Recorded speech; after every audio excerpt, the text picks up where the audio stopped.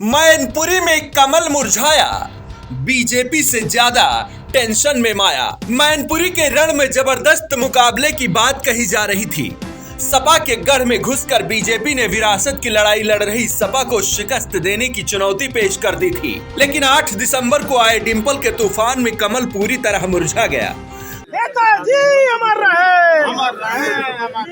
मैनपुरी में सपा ने बीजेपी को सिर्फ मात ही नहीं दी, बल्कि एक इतिहास भी रच दिया। करीब 3 लाख के अंतर से सपा के सामने बीजेपी धराशायी हो गई। सपा ने इसे नकारात्मक राजनीति के खिलाफ अपनी जीत बताई। कार्यकर्ताओं का, बूथ प्रभारियों का, सेक्टर प्रभारियों का,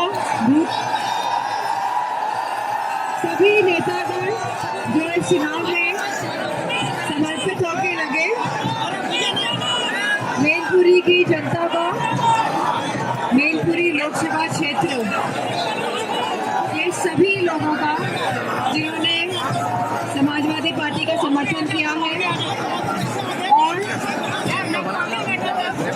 मैंने अपने भाषणों में और लगातार जब कर रहे थे कहा था कि देखिएगा कि मैनपुरी की लोकसभा क्षेत्र की जो जनता है वह इतिहास रचने का काम करेंगी। मैनपुरी मुलायम सिंह यादव की सियासी विरासत मानी जाती है।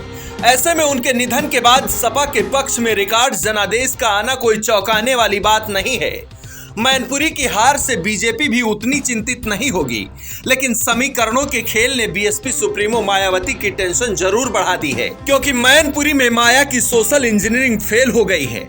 माया की टेंशन इसलिए भी ज्यादा बढ़ी है क्योंकि जिस वोट बैंक पर बसपा का कब्जा माना जाता रहा है, मैनपुरी के रण में मुद्दों और समीकरणों से अलग एक तरफा सपा के पक्ष में वोटिंग हुई। मैनपुरी उपचुनाव से दूर रही बसपा का वोट बैंक सपा खेमे की तरफ खिसक गया। उधर चंद्रशेखर आजाद का सपा के समर्थन में उतरने से इस वोट बैंक के खिसकने का कारण बताया जा रहा है। मैनपुरी लोकसभा सीट पर 17 लाख वोटर्स हैं, जिसमें 4,30,000 के आसपास यादव वोट बैंक, जबकि 2,90,000 शाक्य, 1,80,000 दलित, 2 लाख से अधिक क्षत्रिय, 1,20,000 से अधिक ब्राह्मण, 60,000 से अधिक मुस्लिम, 70,000 वैश्य और 1 लाख से अधिक लोधी समाज का वोट है। मैनपुरी में जिस तरह सपा के पक्ष में वोटिंग हुई, उसमें शाक्य, दलित और लोधी समाज भी सपा के पक्ष में खड़ा मिला।